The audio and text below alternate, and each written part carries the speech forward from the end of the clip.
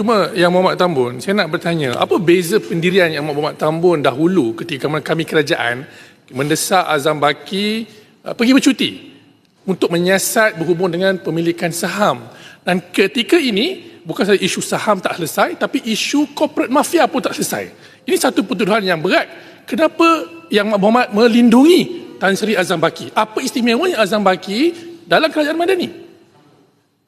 Malah disambung lagi. Ya, jadi kami rakyat tidak berapa yakin dengan pendirian kerajaan berhubung hal ini. Macam mana transparansi dan siasatan melibatkan apa yang didakwa ini? Jadi boleh tak Yang Mohamed jelaskan apa beza? Silakan Yang Mohamed. Tanya kalau beza, saya boleh jawab. Kita jangan buruk sangka, biar siasat dapat fakta. Sama ada Anwar dulu pernah mengemukakan, masih tertakluk kepada proses yang sama.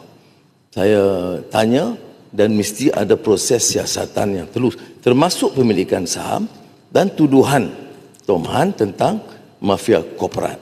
Kedua-duanya itu tidak ditutup. Itu bezanya. Yang kedua ini dibangkitkan tentang jenis bentuk siasatan, saya telah jelaskan. Biar ikut prosesnya dulu. Mengapa diberikan satu pandangan yang sangat keras terhadap satu pihak, padahal kita diminta hanya ikut proses. Biasanya dalam pertuduhan terhadap mana-mana penjawat awam, ikut dulu proses laporan daripada penjawat awam, dan dalam konteks ini lebih tinggi kerana kita perluaskan skop, bukan saja dari segi prosedur peraturan pentadbiran, tapi diperluaskan skop. Sebab itu peguam negara yang mempengerusikan. Dan kita lihat dulu laporannya.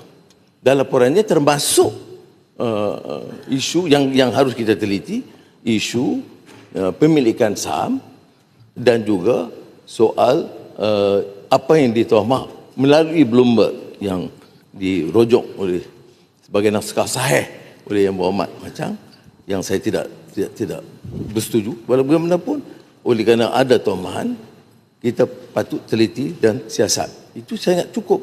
Dari segi itu tidak ada beza di antara pandangan saya dulu dengan sekarang. Siasat. Ya, tapi sekarang ini, siasat itu mestilah berdasarkan peraturan yang ditetapkan. Dan peraturan yang ditetapkan, dua kaedah. Pertama, peringkat peguam negara, tetapi boleh dilanjutkan. Malah dalam syarat Jemaah Menteri kita putuskan untuk dilanjutkan sekiranya didapati siasatan itu tidak memadai dan meliputi skop bantahan yang dikemukakan.